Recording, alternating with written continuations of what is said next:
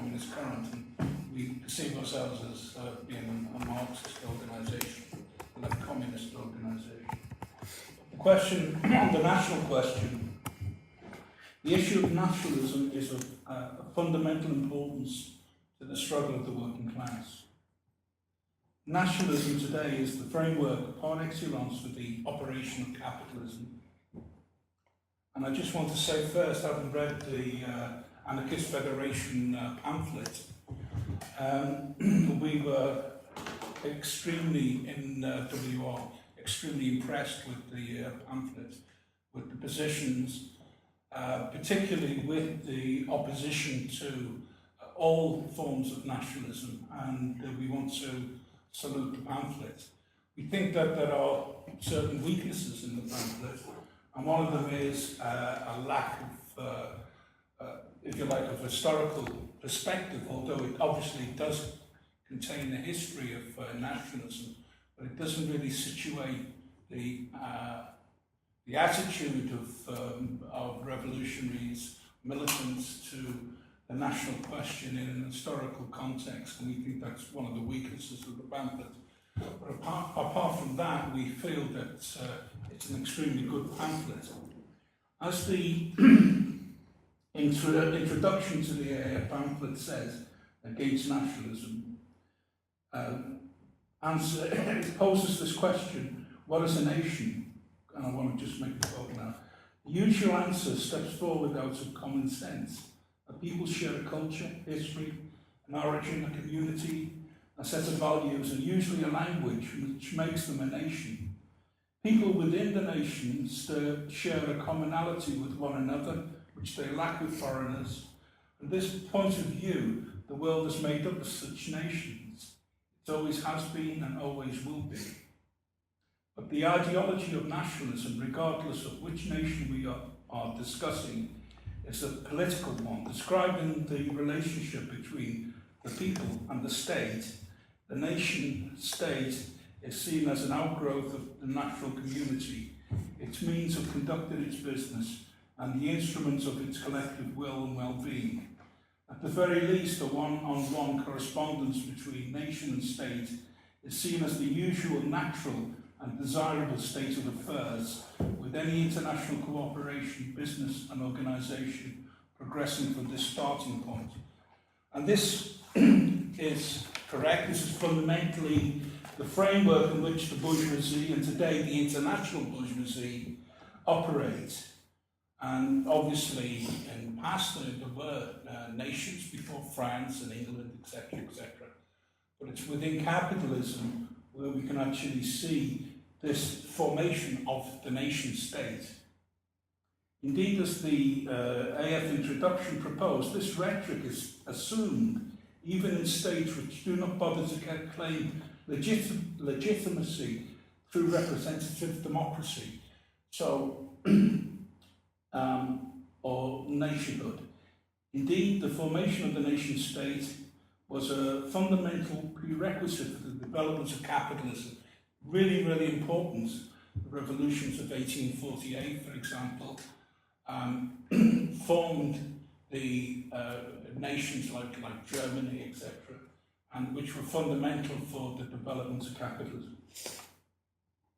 Today, as communists, we condemn any support for nationalism as being fundamentally reactionary, a support which delivers the struggle of the working class into the hands of imperialist war and national impotence. Nationalism takes as its first principle the defense of the nation. And the proletariat's first principle is, the standpoint of the proletariat is that they have no homeland, only their struggle as a class and their solidarity, which is intrinsically internationalist. So even though, for instance, many workers might really perceive themselves as being Belgian or French or English, in reality, because they only have their wage labour, they are intrinsically internationalists. In the 20th century, Nationalism has delivered workers of many countries up to mass slaughter in the two world wars. In the so-called Third World Wars of national liberation, we see the bourgeoisie is forced to strengthen the stranglehold of its imperialist system. Imperialism means precisely that the whole world is dominated, carved up by the main capitalist powers. Throughout the imperialist epoch of world capital, no new independent capitalisms can appear, nor can they appear. National liberation is simply impossible in this era, in this epoch. Every country, every fraction of capital is compelled to integrate itself into the military economic complex imposed by the main powers. Today that means fundamentally the American bloc. In the past it meant as well mostly the Russian bloc. So the wars of national independence, national liberation struggles, we saw that the Russian bloc essentially supporting these countries. Every war, every shift in international alignments means only that the world market has been redivided, the spoils redistributed, and this has been the case throughout the 20th century. But it is particularly apparent in periods of open crisis. In such periods, the imperialist blocs, and I'm talking about before 1989 now, must reinforce their internal cohesion. They must bring all of their vassal states to heel and intervene in any area threatened by the incursion of the other bloc. They can no longer afford to allow the rival bloc the slightest margin of manoeuvre in any corner of the globe. This grim reality of the two blocs strengthening themselves in preparation for a final showdown underlies all the significant events which have so dented the image of nationalist struggles over the past years. So I'll just go over some of them, which I think are important. Particularly important are the struggles after the Second World War. And we take one of the main examples, which is China, the alleged beacon of the oppressed people of the world, openly and shamelessly integrated itself into the US bloc. It followed a foreign policy so reactionary that the world of Maoism was thrown absolutely into a turmoil.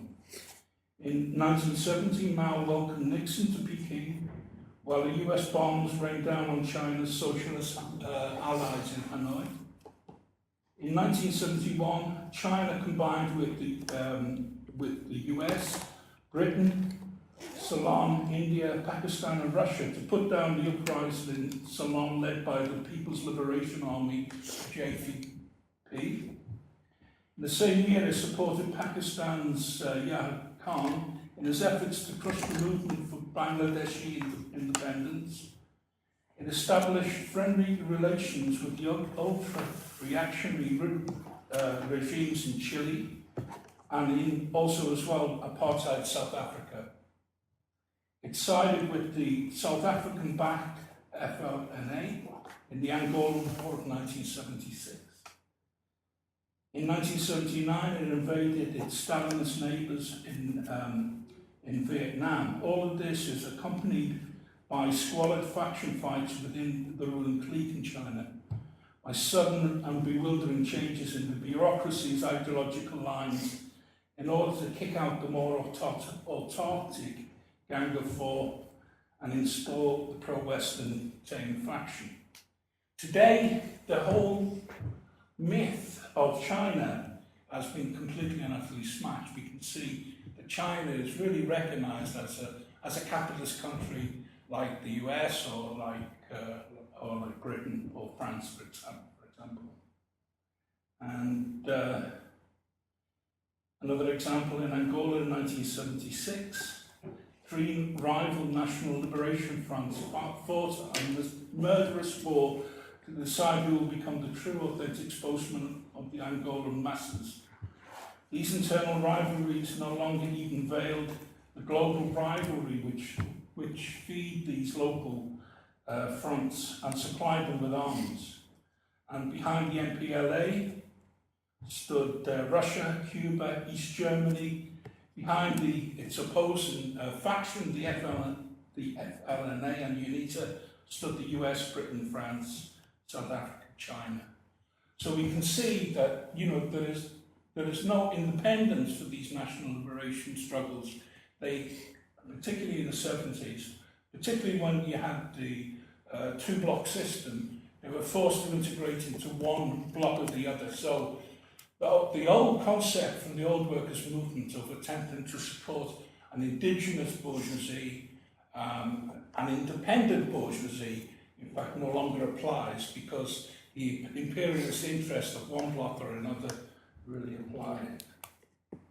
Again, I could go on. In the Horn of Africa, we saw again Russia and the US swapping pawns almost at will.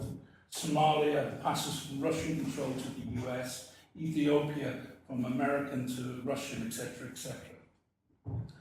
In Vietnam and Cambodia, we can see after the withdrawal of the Americans, the liberated population was plunged into absolute and utter barbarism by the cliques. Both countries became a forced labour camp, a vast forced labour camp. In Cambodia, the urban population was evacuated at gunpoint to work at ferocious rates of exploitation in the countryside. Thousands are butchered by the hysterically nationalist Pol Pot regime. And Vietnam carries out the same policies with a little more caution, but not as far as the ethnic Chinese are concerned. Thousands are booted out of the country in a racist assault reminiscent of Nazi Germany. To cap it all, these two fraternal neighbours get involved in a series of border skirmishes, culminating in the outright Vietnamese invasion of Cambodia and the installation of a Vietnamese puppet regime.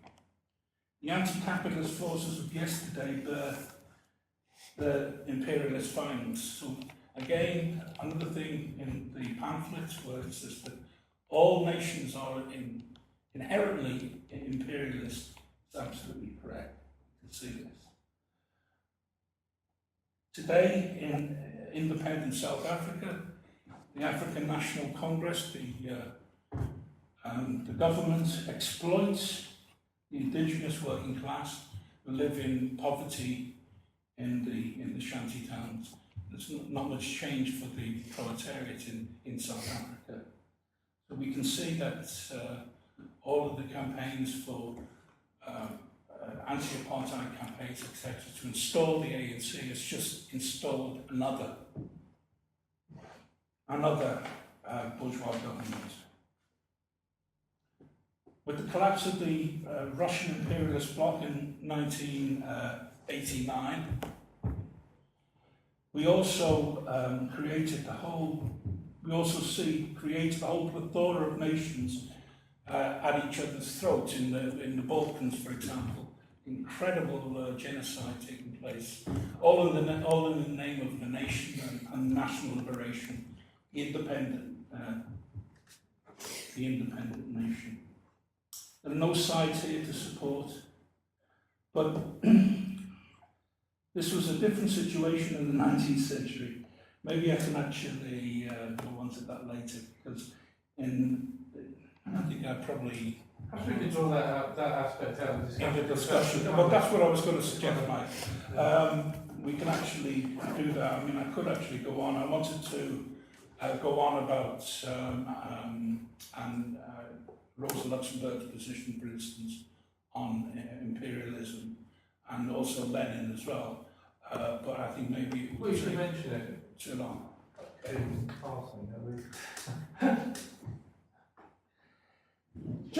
Very briefly, the workers' movement in the 19th century supported the nascent capitalisms and nationalists because they were creating the conditions for an industrial development, for the creation of the proletariat.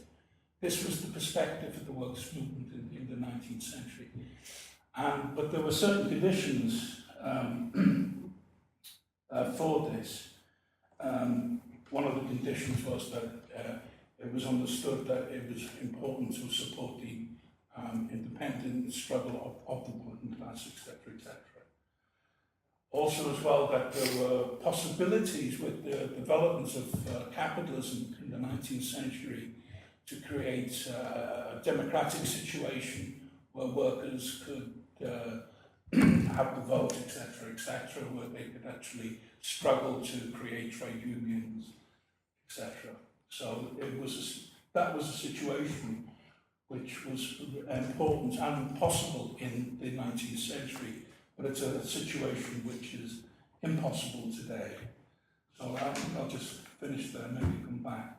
Oh yeah, just the question of internationalism, I think, is fundamentally important. While we can see nationalism in this period as being fundamentally reactionary, we must look to the question of internationalism as one of the most important prerequisites for the development of the political struggle of the working class. And that can only be created in the struggle itself and against nationalism. What suggests is we have a brief discussion and then a quick break, and then carry on with the discussion. That allows people to slide away if they're really pissed off, and if they're not, we can stay and carry on with the discussion. I'll just take one liberty as the chair to say that I think there are two sort of areas of debate that we're sort of pursuing from that. Personally, I think the historical, the question of is there an important historical distinction between the previous period and the current period is somewhat secondary to our position now and the reality of the world as it is now. But perhaps we could have a bit more discussion about what internationalism now actually means for the working class, what it means in practice, and how we relate to situations where people are, whether they like it or not, are treated to national oppression, if you see what I mean. That's a question, really. There's people, whatever they regard themselves as, that other people or other states may treat them in a way that involves oppression as a defined nationality or whatever. Those are a couple of things I think we're exploring, just suggestions. So, sorry, open to the floor, really. Do jump in, I've got a habit of just rambling on forever.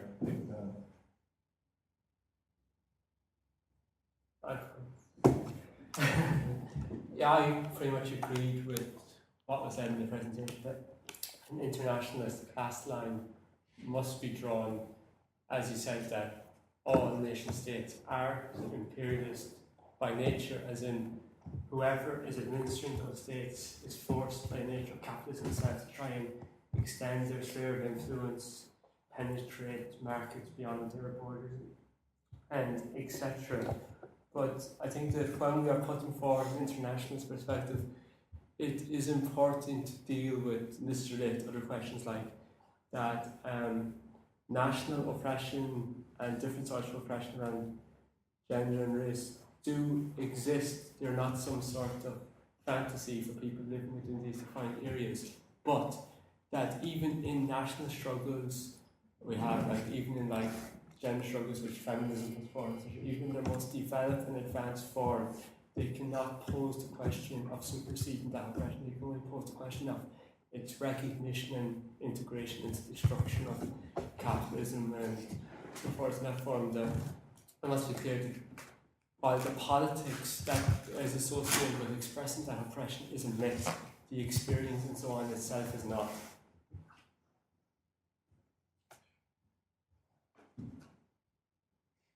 It's not for the speaker, by the way, to answer. I mean, No, I'm only everybody introducing the discussion. No, I'm just trying to encourage other people to. I would say nationalism, international now, is more like companies like McDonald's, or well, McDonald's I would take as a form, we could take a form of American imperialism. I mean, I listened to the radio about a couple of weeks back, and somebody was saying you cannot go anywhere now. You can go to Tokyo, London, New York, and you see the same shops from British or American companies, no matter where you go all over the world. So I think that makes nationalism completely obsolete, because you cannot have a pure British state or pure Irish state. I mean, Ireland, I was reading that someone wrote some websites and real IRA exposes some homes in Northern Ireland, particularly take that British companies. I thought, well, in the end, if the Irish state does kick the British out, it will still be dependent on British companies investing in Ireland and foreign workers coming over actually working in the country. And I think this makes nationalism not obsolete. Rather than the like the war in Iraq or the war in Afghanistan, where you have like American nationalism. I think you have two versions of nationalism now. You have the companies and you have the state.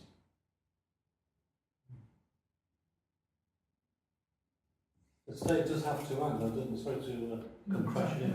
Well, like indeed the rescue of the banks during the recent crash, there is a point where the state itself has to kind of intervene and assert itself in order to, well, for instance, rescue the banks, as happened in Britain.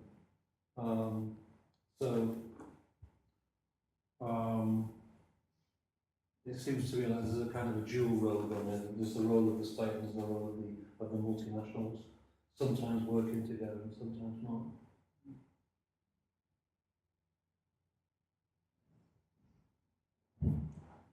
We can just throw a few sort of questions in, because one thing, what I was trying to tease out when I introduced that little bit was just to say, well, it's what you said about whether you want to identify yourself.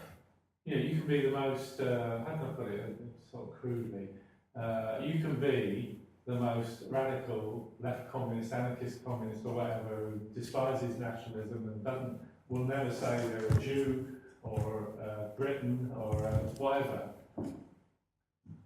But in the real world, you know what I mean, or Palestinian, perhaps that's a good one to use, you know, in terms of the current context in the Middle East. But someone else, another state or another power, will come along and say, well, we don't care what you think of yourself, as far as we're concerned, you are, and we're going to deal with you this way as though you were. You know, and in that context, you know, that is part of the real world, that people have identities forced on them, you know, whether they like it or not, in a sense, you know, and that's quite a difficult, tricky thing to deal with, it seems to me. And it may be that the solutions offered by the nationalists are not solutions at all. But you still have to grapple with the fact that in everyday life, people are treated as to an identity that they may not have, self-identified with, but which is imposed upon them. And that's a difficult situation. And I mean, that was what, if you like, there was a sense of that in the South African context, since you mentioned South Africa, and I agree exactly what you said. That in terms of everyday life, you know, the average black worker is no better off, you know, for me. But you can't, you can't throw away the whole psychological area of people's understanding of their well-being. There isn't a psychological area of that as well. It's not just about economics, in other words, you know. And if you are treated by the state, any state, in a certain way, precisely because they choose to treat you as a black worker different from a white worker, or a Palestinian worker different from a Jewish worker, you're stuck with it, and you've got to somehow deal with it. Now, that I think is a tricky area for those of us that think, well, that, you understand that, well, but these, the PLO and the ANC are not actually offering you real solutions to these things in the long term. But you can't say no shift takes place in the course of various struggles. I mean, it seems to me that the important thing is to emphasise, what we need to do is emphasise the positive elements of struggles And those struggles will not always be nice, pure cut struggles, will they? You know what I mean? In other words, in the context of what went on in South Africa, a lot of it was couched purely in terms of sort of race, but there was a lot of other stuff going on there, you know, in the squatter camps and all that. All the rent strikes and all the other things were all quite positive things. The fact that it was all, you know, some of it was couched in the context of race. Well, there was a race issue there, Of course. wasn't it? Can't be denied. I find that more difficult to sort of get my head around, to be honest. I'm quite interested in how other people, you know, feel we can deal with that, because too often we come across with that kind of fairly abstract sort of we're against fascism, you know, you can point to all the examples you point to, and I agree with them all, you know, I mean, people have been shat on by endless national liberation movements coming to power, and, you know, just shat on, killed, you know, fuck anything else.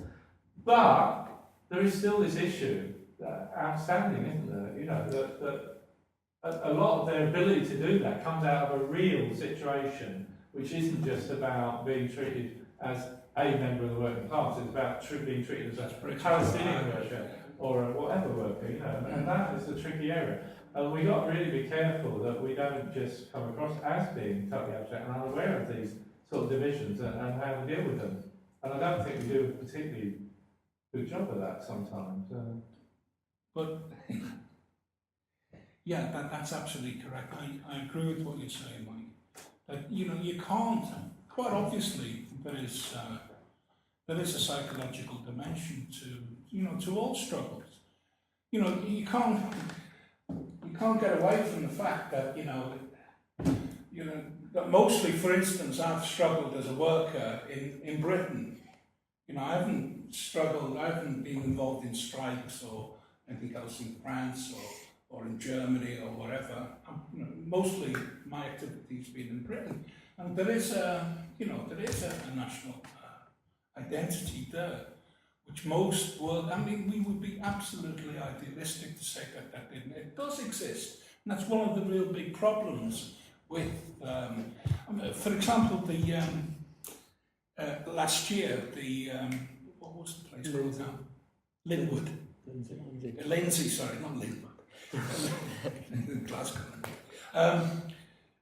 At Lindsay, there was a real problem there, but we actually saw workers of different nationalities actually going on strike together, even though the major impetus seemed to be British jobs for British workers.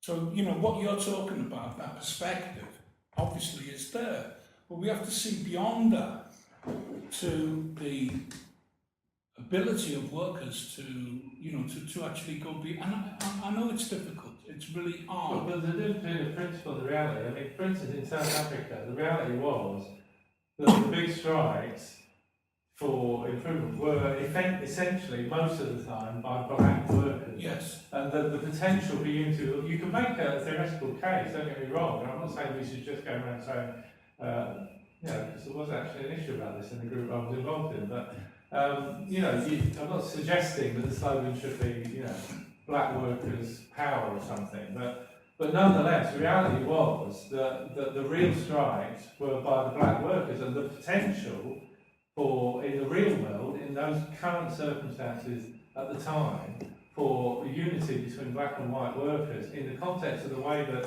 the workforce was structured in South Africa was frankly zilch.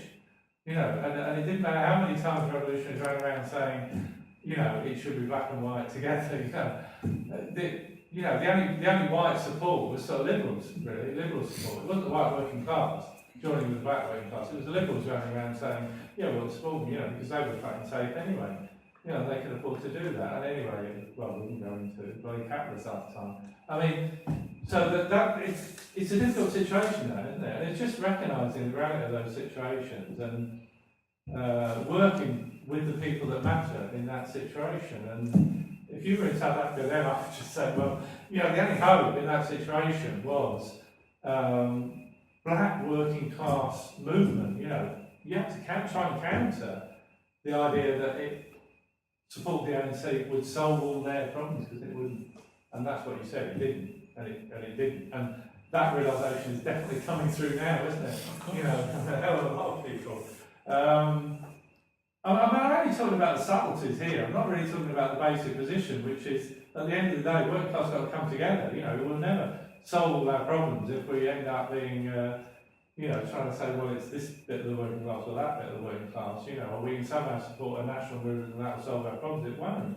But the realities of everyday struggle are quite difficult, and they're different in different circumstances. It was different in that South African context, and it's probably different in the Palestinian context. You know, it's true that there are a small, tiny minority of Jewish workers who were prepared to show solidarity across the borderline, across the barrier, you know, but very difficult. So I don't know how you. I just think certainly our propaganda needs to be tailored in the right way without making concessions to nationalism. It needs to understand the reality of the situation. I'm not sure whether it's good, but just my view, perhaps. Anyway, something else, yeah. Join in with that.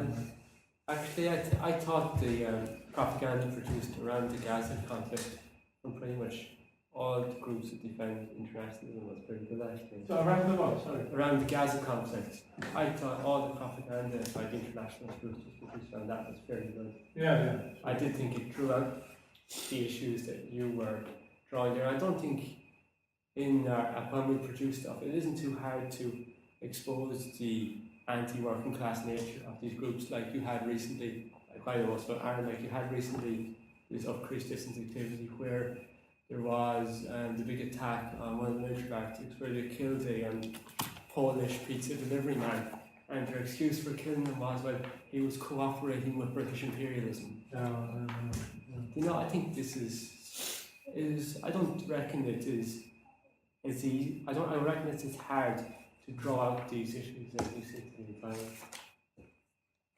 But I certainly think that there is a good point there. So, well, it's the point I originally made. Yeah, I know. Yeah, and so say for instance, if you're looking at, I mean, part of the difficulty is actually separating out, and basically the important job of people with revolutionary politics is to separate out, you know, some of the, you know, the class element of struggles in these areas from some of the sort of national obfuscations that get thrown up around them. So, say for instance in Palestine, I mean it isn't simply a case where you've just got two, you know, sort of army, you know, like two identical militarized blocks fighting each other. You have these clearly extremely reactionary national liberation movements like Hamas and Fatah, who is, as well as saying, it's not very difficult to find out. You know, they've got an anti-working class. You know, the nature of them is anti-working class. You know, they march workers back to work at gunpoint in the case of Hamas. But you also have, you know, there's sort of a whole number of struggles happening around things like access to land and water and work in the occupied territories and so on, which are very clearly class issues, but which are take the particular form they do as a result of the occupying power, you know, signing basically rights on the basis of national status, which is, you know, the point we're making. Basically, the Palestinian workers and farmers and so on involved in these struggles could have the best internationalist politics imaginable, but as far as the Israeli state is concerned, you know, they're Palestinians, and there are certain handicaps that follow from that, and they're pretty severe in this case. So, I think there are a whole number of struggles happening around there, which are actually, you know, given the circumstances, reasonably good at avoiding sort of falling into the alignment with, you know, Hamas and Fatah and so on. And the point, you know, the job of revolutionary politics should be to separate out the most positive aspects away from the most negative aspects. So say with the Lindsay oil strikes, for instance, I know it's a different situation, but the national problem is still there. You've got to separate out basic class issues and areas positive about it from the negative things, which we certainly.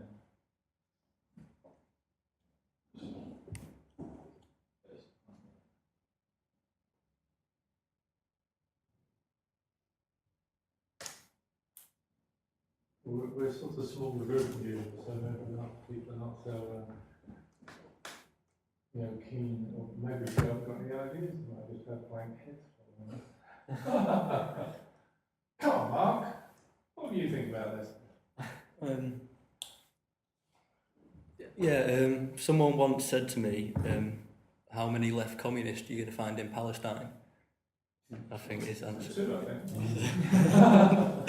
Well, I guess people on the communist left or whatever, they, in my experience, get criticised for kind of just criticising but having no action of their own.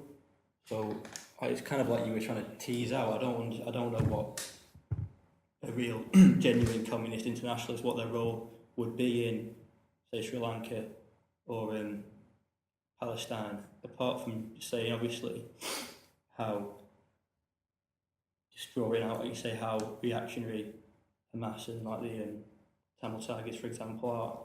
I don't understand what your practical role could be. And then the other thing I was really interested in is how what people call the ascendant period of capitalism. Did like national liberation movements that have the same reactionary role then? That's something I wanted to. Yeah, we can come on to that. Why don't we stick with the first bit first? Yeah, because I think we could have carry on with that other as well. But I was just going to say that you were tackling the first thing first. That's what I was saying. There was a theme running through our discussion up to now before we got onto the ascendant. No, I'm not particularly, well, maybe I am, but I mean, because you've mentioned left communists, I mean, the clarity like that comes with left communism is derived from the Communist International, the Revolutionary Wave, and the understanding that capitalism had like come to a period in which it could no longer offer humanity anything.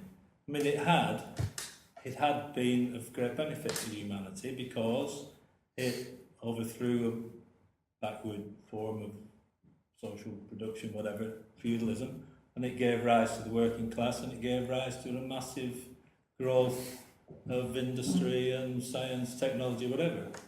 But the recognition of the revolutionaries was that once it had gone to war on a world scale, it was obviously ailing in some way. It was no longer a progressive force. It was basically based on a destructive vision. Vision, I don't know if it's the right word, but it was destroying humanity in millions.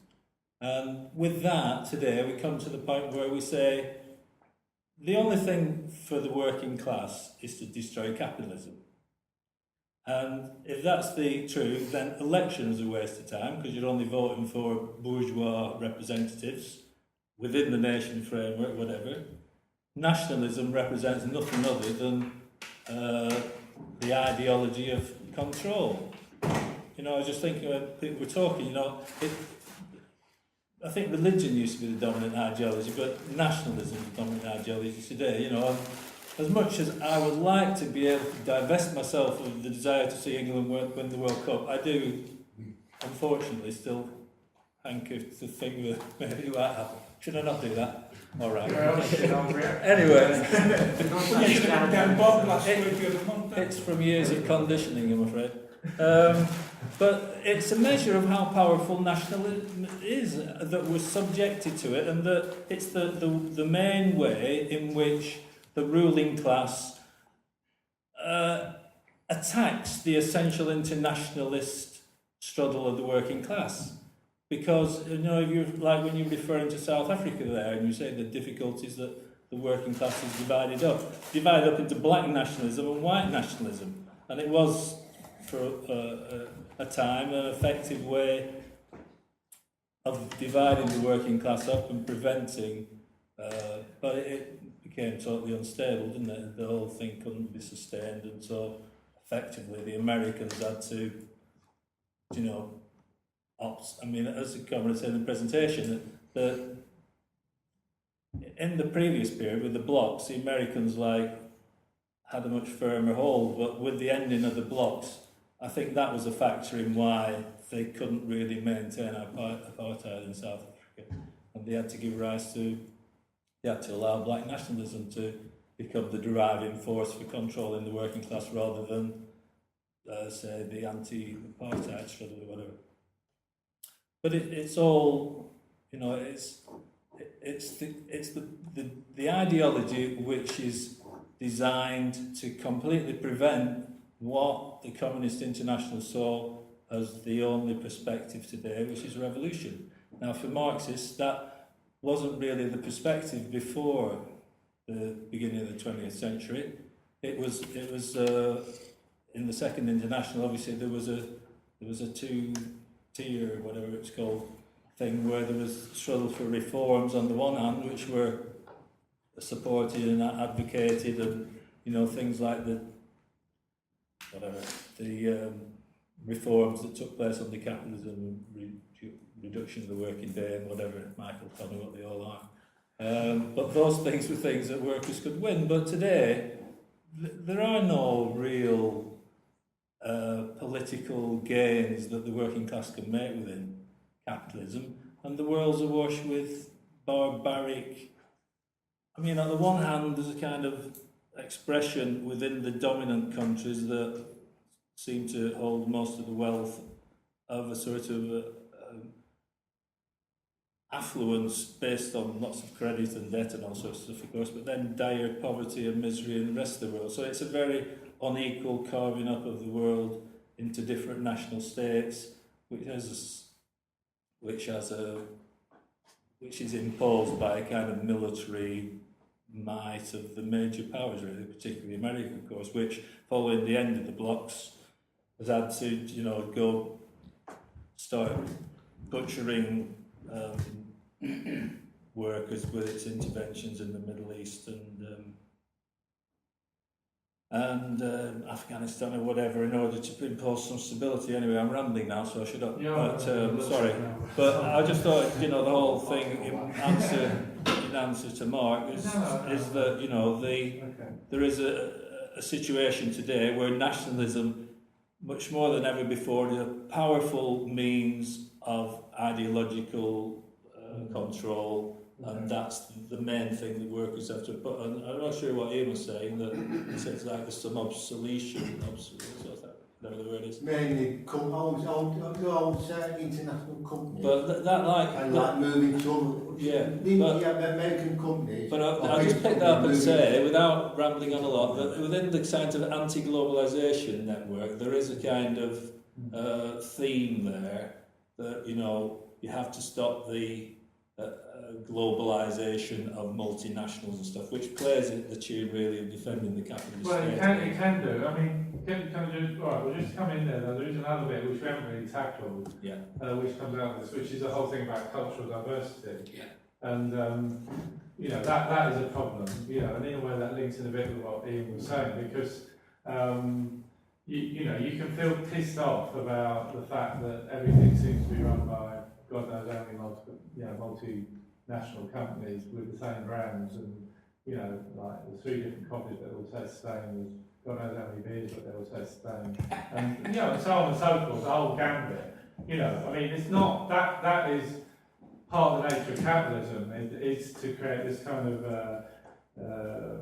you know, despite its supposed promotion of individualism as an ideology, the individualism comes down to really conformity with a fairly bland set of choices produced by the domination of you know, large-scale production and distribution and consumption of the same set of commodities, really, which is expressed, if you like, by the McDonald's and all that. And you know, there is a reaction against that, which often is channeled politically into, well, the nation state should somehow sort of stand up and sort of fight against this somehow, or be our protector, you know, which is all bollocks.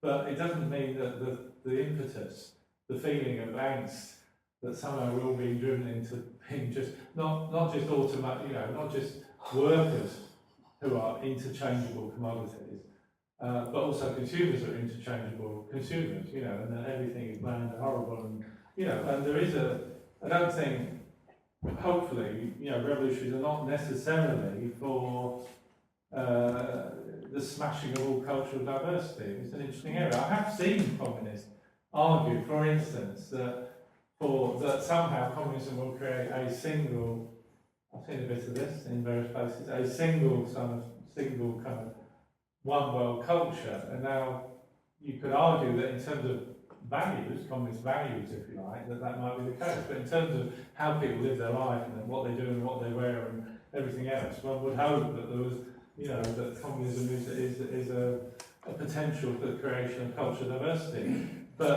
And that is an element also. Now also, of course, that gets used by nationalist politicians and capitalist politicians to their own ends, doesn't it? But it's not an unreal thing. It's not a feeling that is wrong. Using his position. Sorry, do you want to come in on that? I'll just ask who was the chair. Well, I was chairing it, but I'm trying to keep areas of discussion open, because it's gone up and down a bit, in different areas. By the way, I don't want to start discussion about this other area about ascendancy and descendancy necessarily, because especially because I'm my own view on it as well. But that's something that seems to come out from what people are saying. Isn't capitalism creating a one world culture? Well, I don't know about a communist one world culture. It appears to me to be going towards a one world culture. Whether there'll be more than one language at the end of it, I don't know. There's one language dying every week. But Ian was seeming to be saying, get me wrong from Ian, that in some ways that had some beneficial side effects, that it kind of made the whole kind of nationalist thing sort of daft really, and people would recognise it because basically what is it? It's just wherever you go, it's bloody saying anyway, But it isn't yet. Just on the things in our cultural diversity and stuff like that, I don't reckon that's a road that I would probably tend towards what you were denouncing, in that I don't believe that's a road that there is you can easily get dragged into where you are in. I feel like reactionary politics, once you're starting down the road of campaigns around defence of minority languages, or that they are something that need to be defended. Because back where I come from Ireland, there's issues, you get nationalists running around campaigns around the Irish language and how it must be protected and laws and stuff must be introduced. I literally just see the Irish language just a remnant of feudal culture. That's how I see it. And we cannot predict that under communism, under the organisation of consciousness, that will produce what form cultural expression and so on can take. The early socialist movement and anarchist movement. I think Laurie wanted to. Very quickly on this question of cultural diversity. We're for, as revolutionaries, you should be for cultural diversity. You should be for what has actually gone in the past. And because only on that basis can you actually build the future. And for instance, sometimes it's really difficult, for instance, to get the gist and understand a poem that's written in French, and when it gets translated it loses its vibrancy, it loses its meaning, etc. And so we're not against the abolition of cultural diversity. In fact, we actually want to defend it. It's the bourgeoisie, it's the international capitalist system that is actually making, vast McDonald's of the world. It's them that are actually attacking the cultural heritage which actually exists. It's really important to actually defend that heritage. It's important to actually be critical about it, but I think it's really important to actually defend.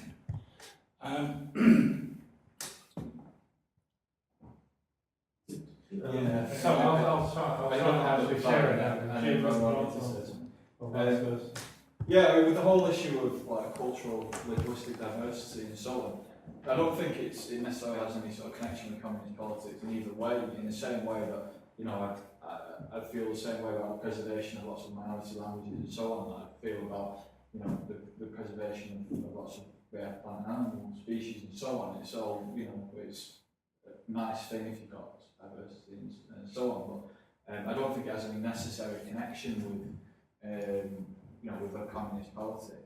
And essentially, we're in no position to be able to predict what a future world communist society will look like. On the one hand, because it's such a distant prospect anyway, but on the other hand, we're not going to be in a position to impose any sort of blueprints on the world. Any sort of new society is going to develop out of the struggle of millions of workers and the lessons and experiences that they develop along that path. And hopefully we have input into what forms it should take, but we can't predict any sort of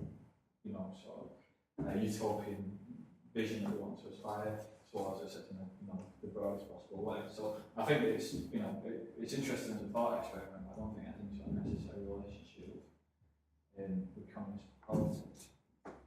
But on the issue of say, like Ian's point, that in a globalised world, nationalism is becoming more and more obsolete.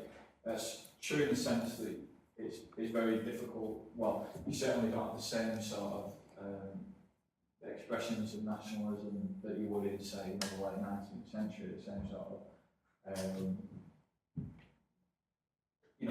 it is very difficult to sort of view nations as being like homogenous cultural blocks and so on, and to play on that in a significant way in lots of cases, in lots of Western countries at least.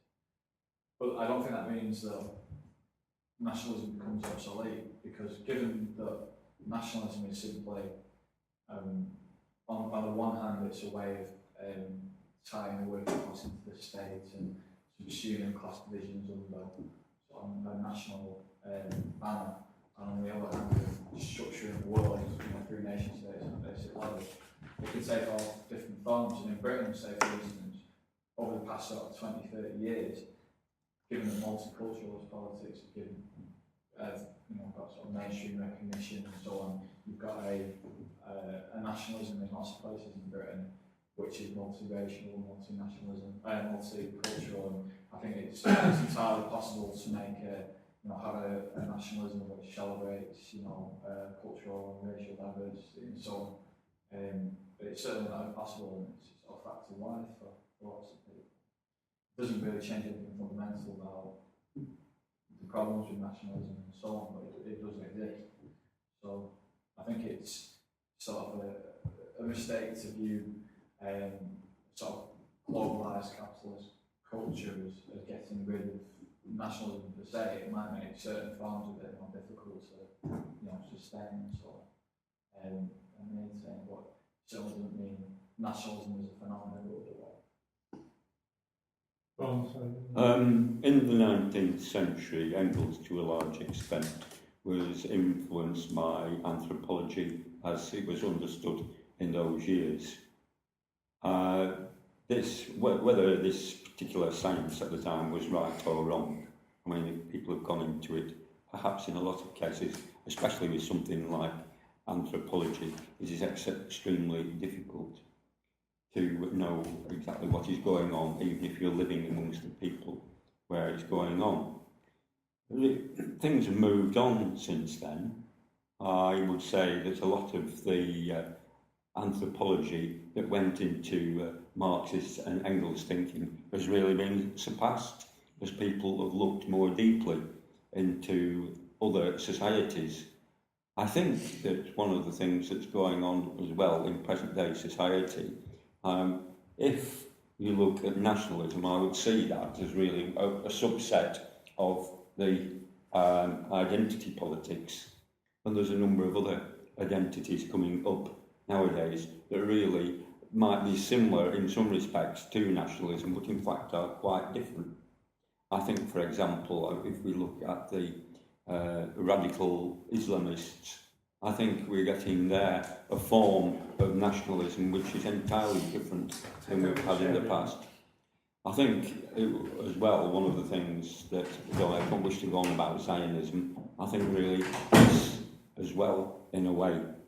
Before I finish, what I would just like to say as well is that I think one of the things as regards nationalism, and it is essential to it, is usually a particular language. I think there's more to a language than being communicating with one another. Really, if you look into language further, it's a way of thinking. And if you look at different languages, there's different ways that people think. And with these languages that die off, I suppose in a way, it's a way of thinking that's lost forever. I'm not necessarily saying that what we've got to do is to go around saving these minority languages. I think we ought to bear that idea in mind when we're talking to people. I think in some ways this might explain why sometimes certain countries have gone for either certain types of nationalism, or they might have gone for the various forms of communism as well. The experience of human beings, while there's a common denominator at the bottom, like food, clothes, houses, and other things like that, at the same time, once we start looking at political structures, we will find that they differ from one another considerably. I think really the whole thing there, if we're going to address the problem of nationalism, I think really we've got to look at some modern thinking as regards the politics of identity. I saw this thing recently, it said gay nation. Perhaps that's we're pointing to the future, I don't know. Perhaps we have other sort of nationalisms of that ilk. I'll shut up for the time being.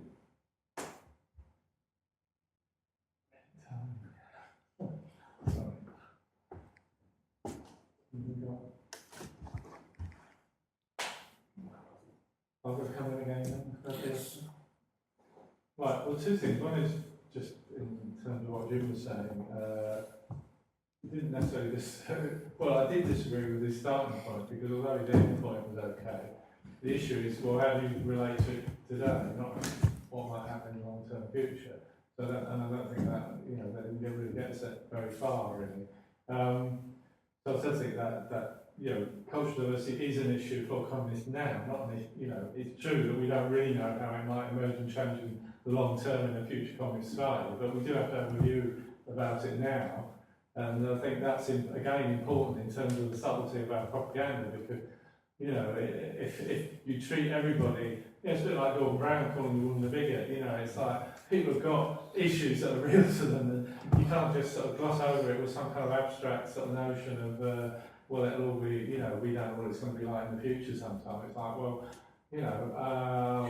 this person is attacking me because I won't speak their language. No, I was only specifically responding to you talking about some groups talking about a world communist culture in the future, and that's why I'm... Okay. Well, I'm giving you the opportunity to correct that point there, because I thought it was an important point. We do have a view about it now, whatever happens in the future. Having that bit gone, I'll have a go at the ascendancy thing then, because I like that. Because I think it's a tricky area. I mean, the point is, we all recognise surely that capitalism isn't the same today as it was when it first emerged, in Holland and Britain and so on in the early days. It's changed. It's not the same animal, and we all recognise now that it is a global system. It's far more integrated than it ever was in the past, and that in part leads us to some of the conclusions we do share from whatever sort of perspective we come from in terms of our attitude toward nationalism today. I'm always I have to be a bit suspicious nonetheless, I always think, about the argument that, well, let's say, presumably the other common position is that nationalism has always been against the interests of the working class, actually. That we've always been internationalists, whatever period. So really, the issue about whether you supported, say, national liberation in some bygone age, was really a matter of tactics or strategy, maybe. Certainly not an issue of fundamental principles, because it has never, ever been in the interest of the working class to be anything other than internationalist. So it does come down to that kind of area, and that's important to understand it in that context. The other thing that worries me, however, is that you can read the sort of arguments about this in the early socialist and indeed anarchist movement about whether you could support certain kind of bourgeois movements at the time, when the working class was, in most countries, quite small and not very well formed, and maybe politically not that well developed.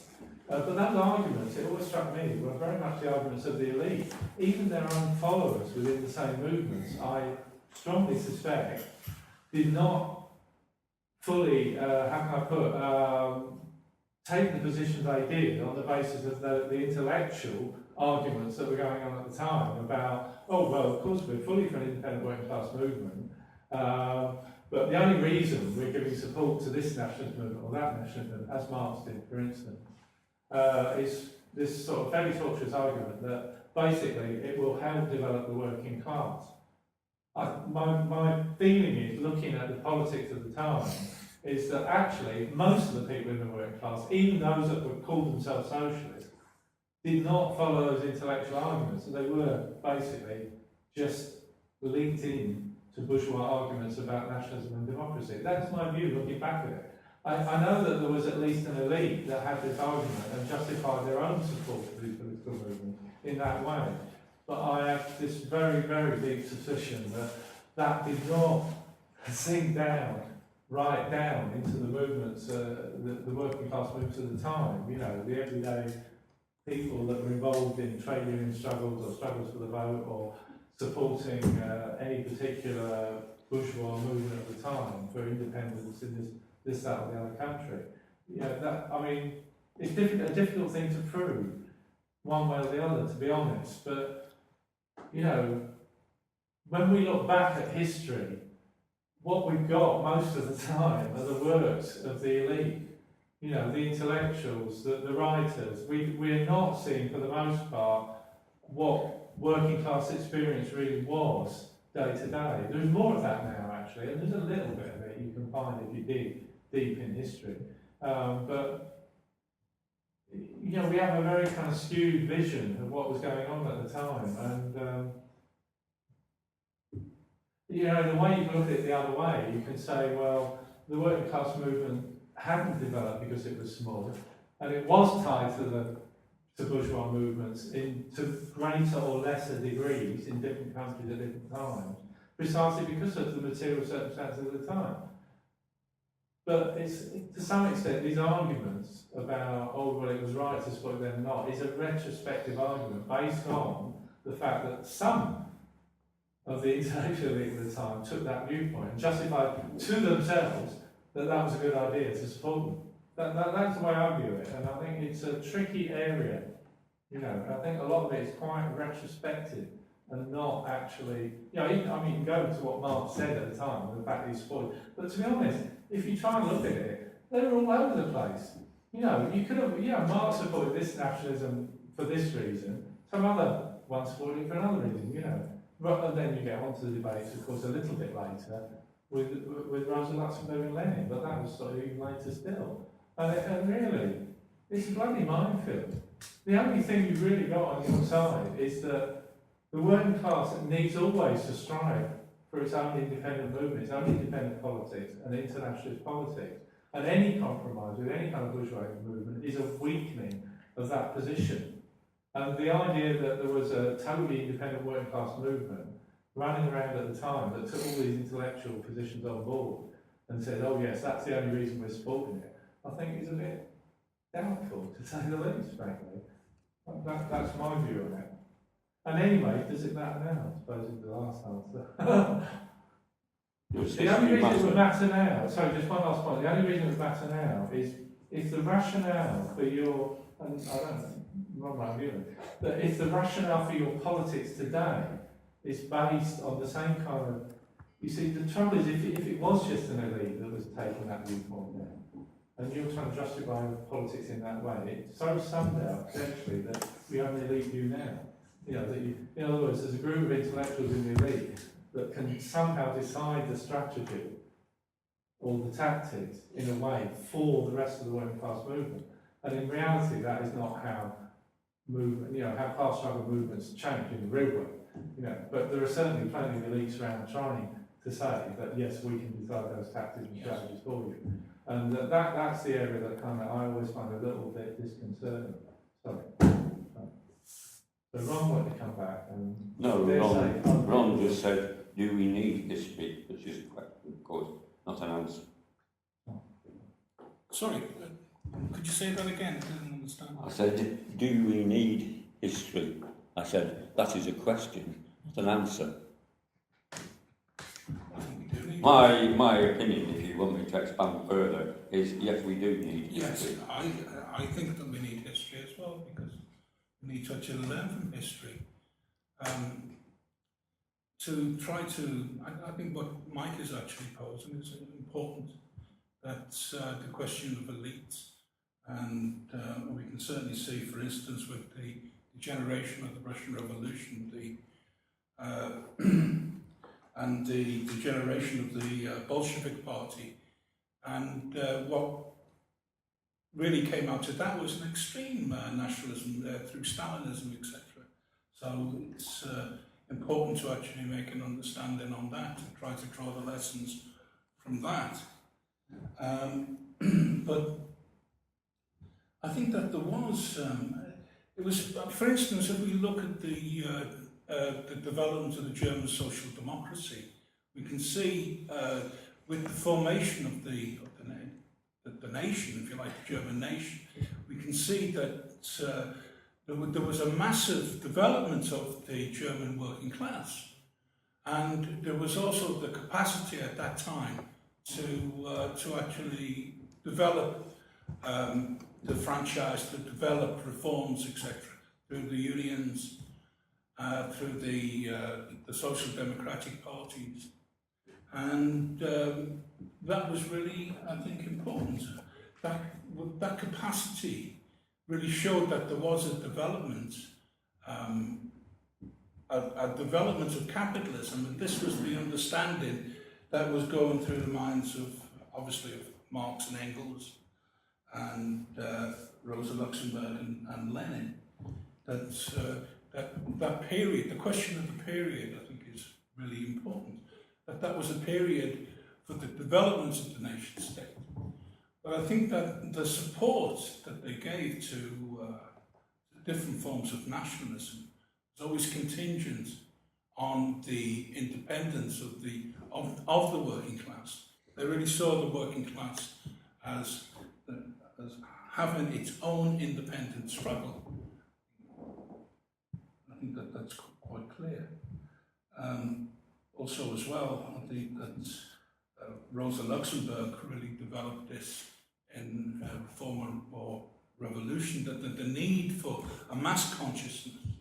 This is something which was important to. Obviously, it wasn't shared by Lenin, but the question that Mike poses on the question of the development of elites, etc., really, I think, pointed to by Rosa Luxemburg. And I'll finish there, but... Sorry, what's the point again that you're making about Luxemburg and Lenin? Well, The because difference from here? well, I'm trying to actually answer Mike's point about elitism and whether or not the masses, that we understand all of this discussion, for instance, through only through the writings of intellectuals, etc., etc. When we have, you know, a whole history of mass movements, working class struggles, particularly in Germany and Britain as well. They were heavily imbued with bourgeoisie. They were, but they were also as well massively. There were millions of workers who are also involved in them, involved in the trade unions as well. So to say that. I'm not saying the movements didn't have a point. I'm not. But what is the difference between looking at it retrospect? You can look retrospectively and say that is how capitalism developed. There was positive things that happened as a result of the way it developed. All I'm saying is that the people that most of those workers had not got in their heads when they engaged in those movements the intellectual arguments that Rosa Luxemburg and Lenin, well, certainly not Marx, or Rosa Luxemburg and Lenin had subsequently about why certain movements that were not specifically working class movements were being supported.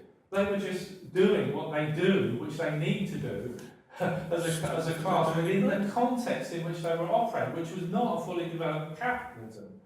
So, the intellectual arguments at that time. So you could argue in theory, you could say that inevitably in that situation, a fully independent working class movement that didn't need an elite or leaders or a vanguard or anything else was bloody impossible, you know.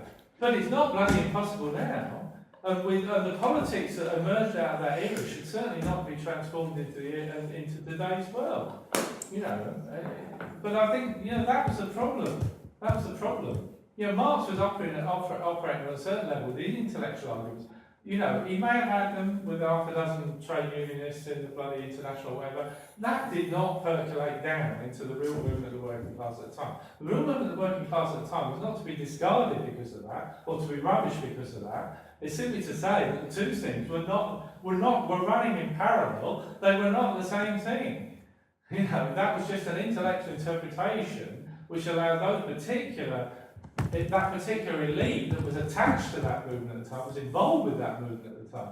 But it's not the same thing. It wasn't an organic whole with everybody sharing those same ideas and approaches. In fact, the working class movement was imbued with bourgeois ideology up to a point, at that point. And perhaps that's all you could have expected at that point. And it's why, by the way, it's not just about Marx and that, because a lot of anarchists, you know, the anarchist element of the movement at that time had a lot of illusions in these areas as well. You know, and there were like good and bad, you know, there were those that were at the forefront of things and perhaps saw a bit further ahead and thought, you know, maybe, you know, in another 10 years or 15 years, actually, something much better is going to come out of this. And we'll just go with what's possible at the moment. And I think that's how people judged it. But the trouble is that a lot of the politics of today are fucking rooted in that period. And I still think we haven't fully, you know, escaped from it really. And particularly, obviously, the traditional way is particularly harmed by it. The anarchist communist, and from my perspective, the left communist movement has sought to escape from that. But we've still got a long way to go, apparently. That's just my personal opinion. So. Could I ask another question? Better not. Do you think that there is or was such a thing as working class culture? Also, following on from that, though this no doubt would keep us going all night if we wanted to, was it a good thing? Seems like the last couple of topics have been a lot bigger than the sort of nationalism and national liberation.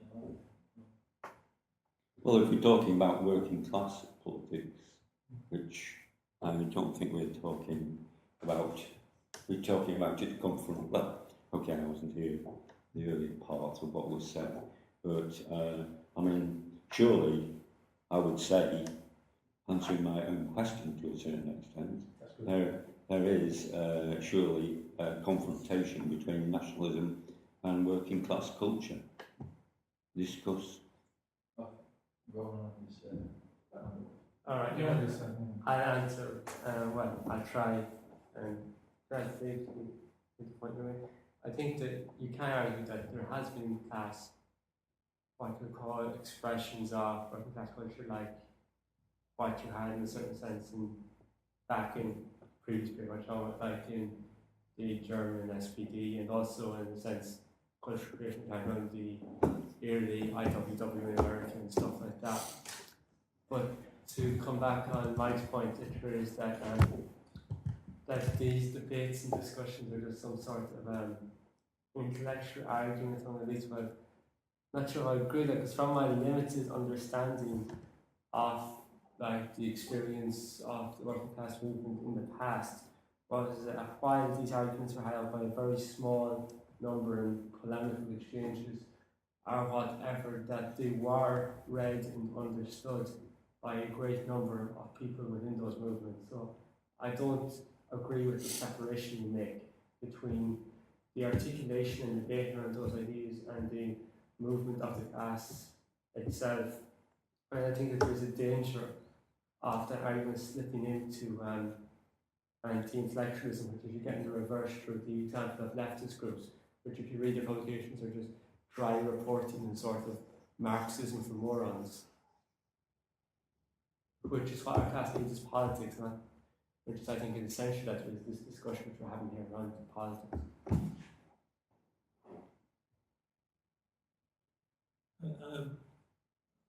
Without being I tend to agree with Ronan that in the last century, particularly German SPD, you know, there was working class generally were much more affiliated to workers' parties and participated much more in discussion about the perspectives for struggle and organising and whatever. And I don't know what that has anything to do with nationalism, except that the degree to which the working class supported any national parties was insofar as they were competing to offer the working class better deals, reforms in other words. And it was a different form of capitalism insofar as there wasn't this massive bourgeois state that exists today. And I've been a bit perplexed trying to take up this thing that started with Ian about multiculturalism, and really isn't any, the nationalism is weaker today than it was, because in the last century there were nationalist states with much greater identity. Now states comprise people of all nations and stuff like that. But the reality that we've moved from, whereby the working class was much more in its thousands involved in proletarian politics, to today when, you know, we muster a small group of people, it's all to do with the way capitalism's had to respond to the threat posed by the working class, as I said, at the time of the revolutionary wave at the beginning of the 20th century. And the way it's responded is, we see today with the election, for example, in this country. Now, obviously there's nothing there the working class can support. All those parties, whether they're the far right or the more George Galloway, or not Galloway, is it Galloway probably? Whatever, all those, they all offering the same thing really, it's all different cosmetic. But basically, whoever forms a government is going to have to impose massive cuts and a tax on the working class because there's no choice. And, you know, whatever way they do it, trim a bit here, trim a bit there. It's because it's not the world of the past, as I said before. Today, you have this massive state, which, I was saying the main ideology is nationalism, but perhaps it's really democracy, because we're living in this the working class has to accept this massive illusion put before it that it's in some kind of world of multicultural, even-handed, sensitive, responding state, which is a complete facade, a complete illusion, because that state is a completely totalitarian state that dresses itself up to pretend to present some form of democracy. There was real democracy in the 19th century, as you know. I haven't really followed what Mike's saying, but I do warm to what Roman was saying, because it seemed to be a valid answer to what you were saying. But there was a real democracy there, and the working class could win reforms in capitalism and could support.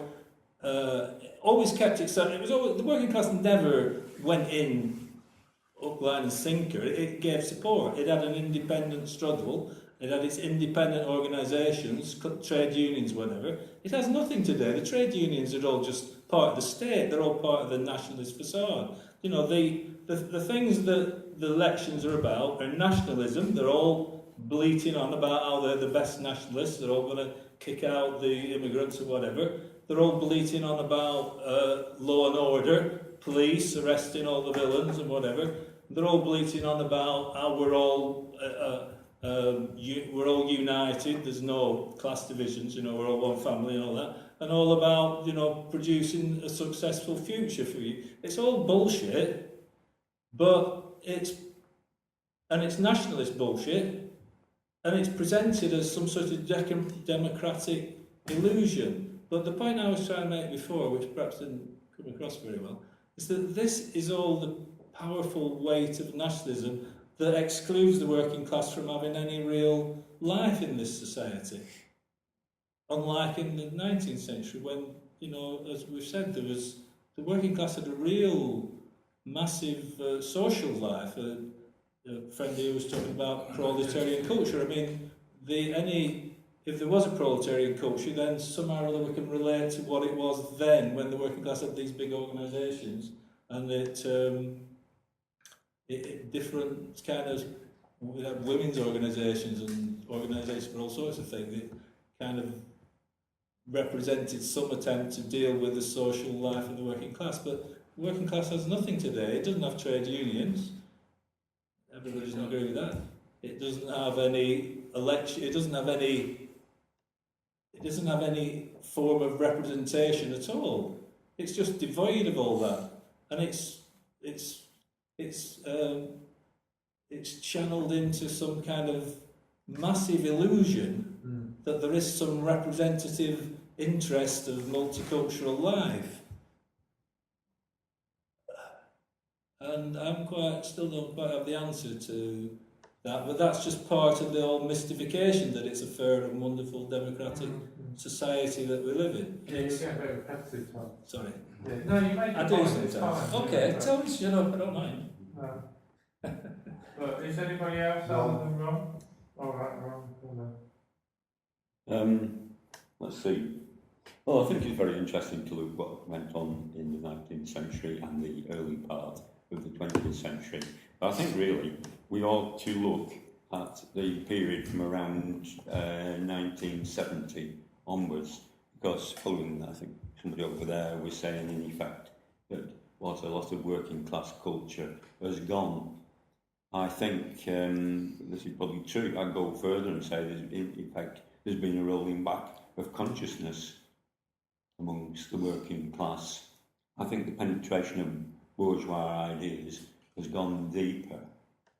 I think also that, you know, there's been movements from that particular time. I think that if you're really going to study it, you go into some form of oral history, because the people who took part in events and movements at that time are still around.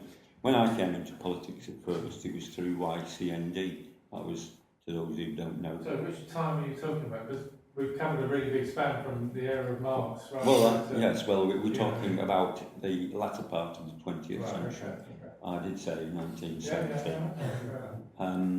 which I think was in the 20th century, wasn't it? I think we got there a number of things from that.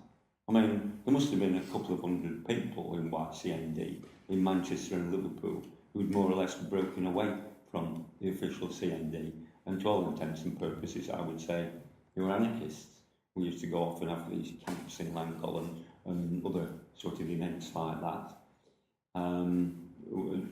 Other thing from a kind of cultural point of view, we ran a folk club in Manchester called the Black Cat, which is on Chute Hill.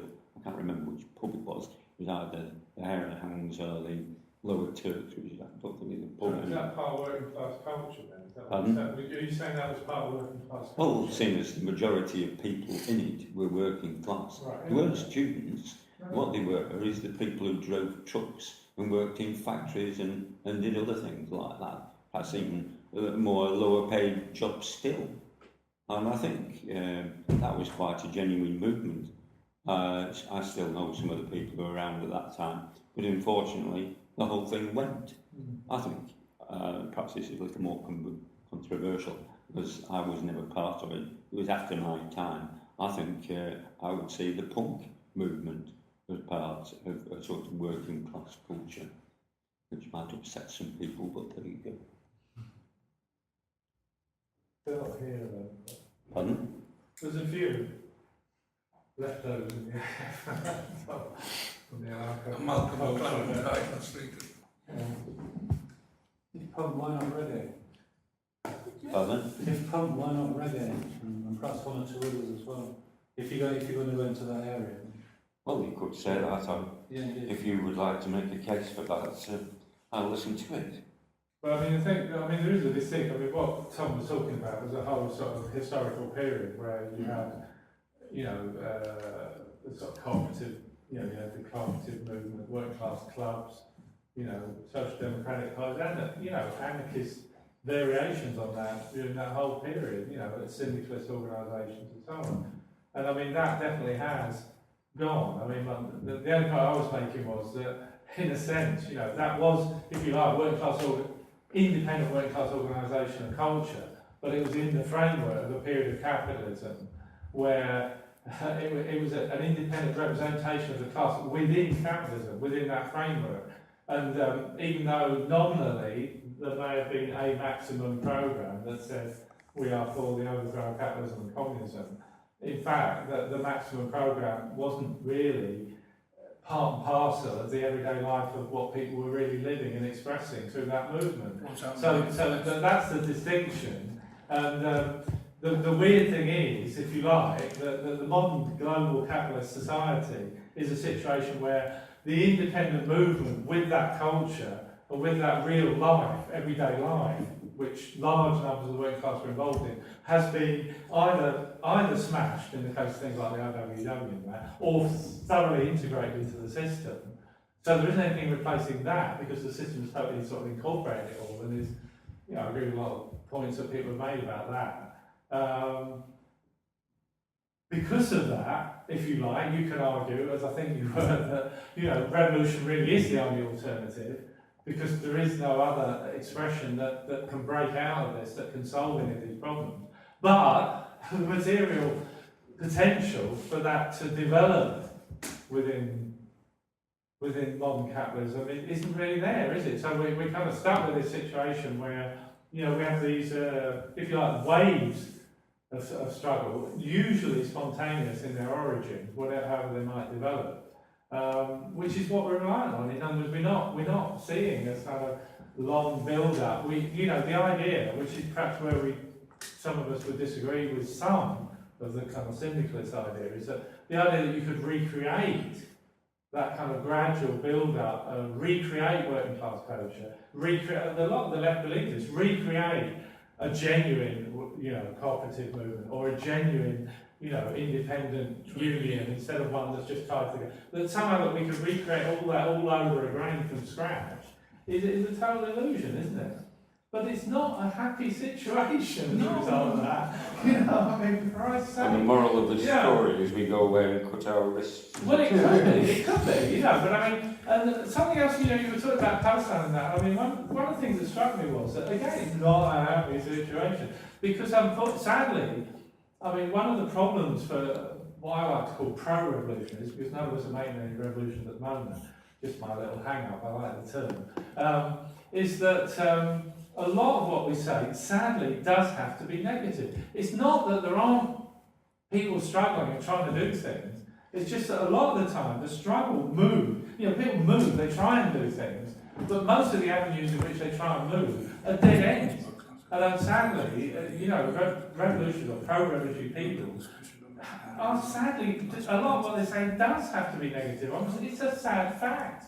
You know, but that's not necessarily a bad thing, because it doesn't mean that because you say that, people aren't going to struggle and try and do things. It just means that you head them off for the fucking dead ends that they're going to otherwise go down. I don't think that's the end of the world, personally. You know, you know, it'd be nice to be in some better situation, but I don't think it's the end of the world. You know, so it does mean that probably anarchist communists and left communists, let's not just put it down to left communists, anarchists and left communists are going to be few and far between. They're not non-existent, but they are going to be few and far between our present situation in Palestine and various other places. But they do exist, and let's join up with them and make sure we're all together in one group, or one kind of movement, rather than all going off in different directions, I suppose. That's the answer. What's required now is a culture of resistance. And if we are being anywhere, we have got to be in that. Yeah. If there isn't, well, you might as well just go home and, as I said before, slit your wrists.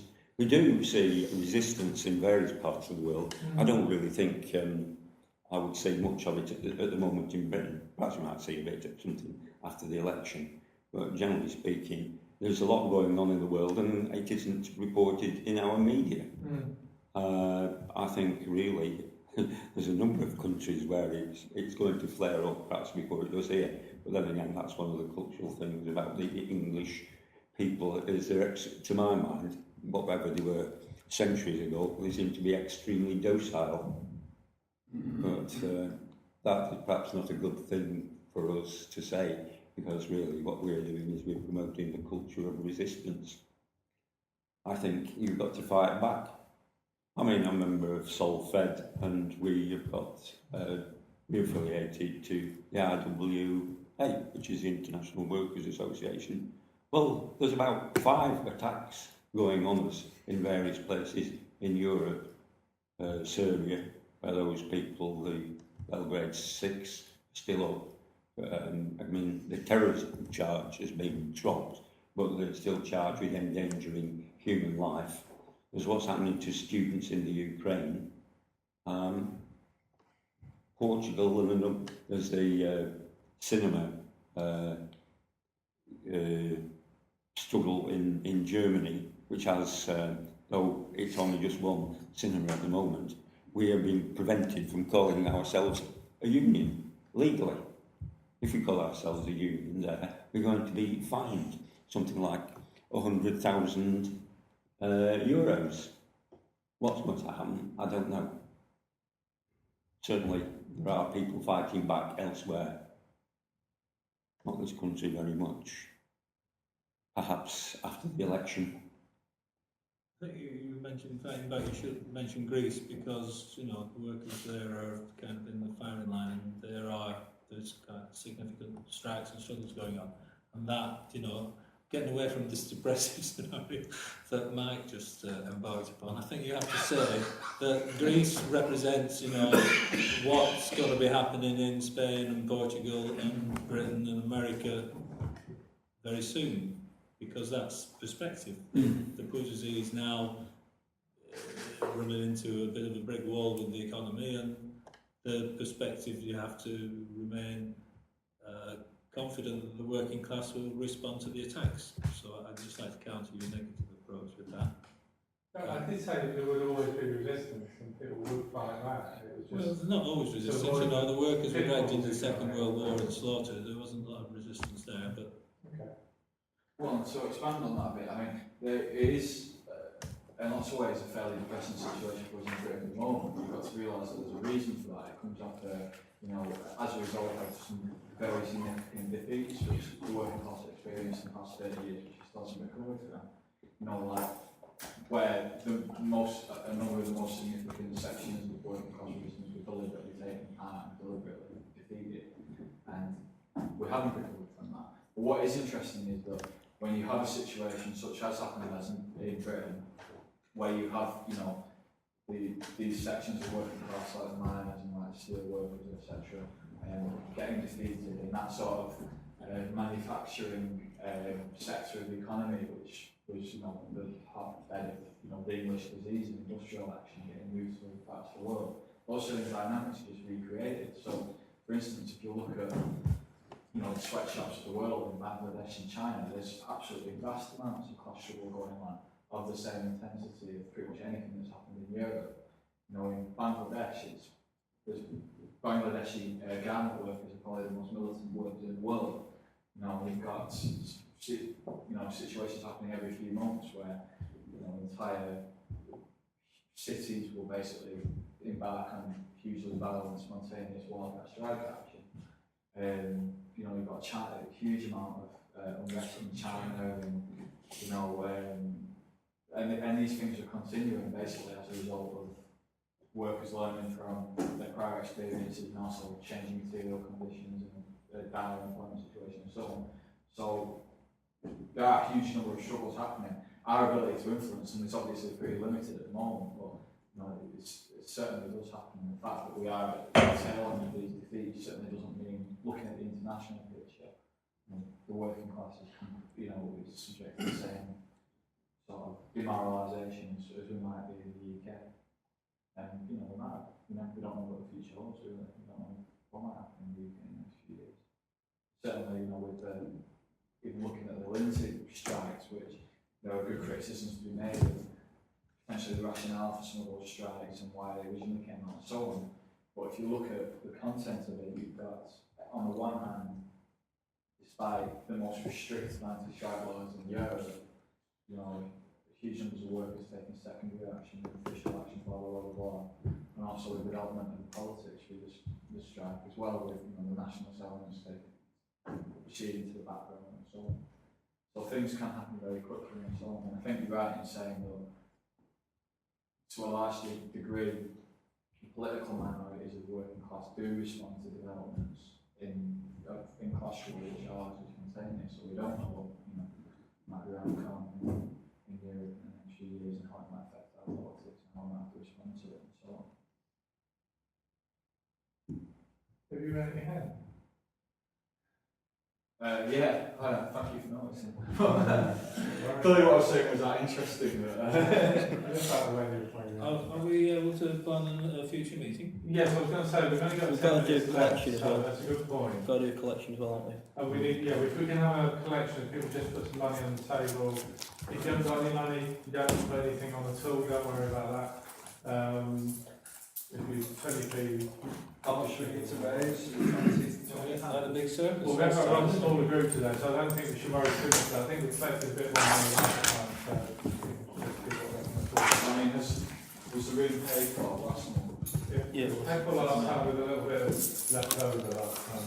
Well, what I mean was when we paid last time, we were paying for the room. Oh, right, no, I think we maybe had to, I don't know. Bob took the money and walked off, so I presume he paid for it. Well, we can I can go out, yeah. Okay, so we have a little collection.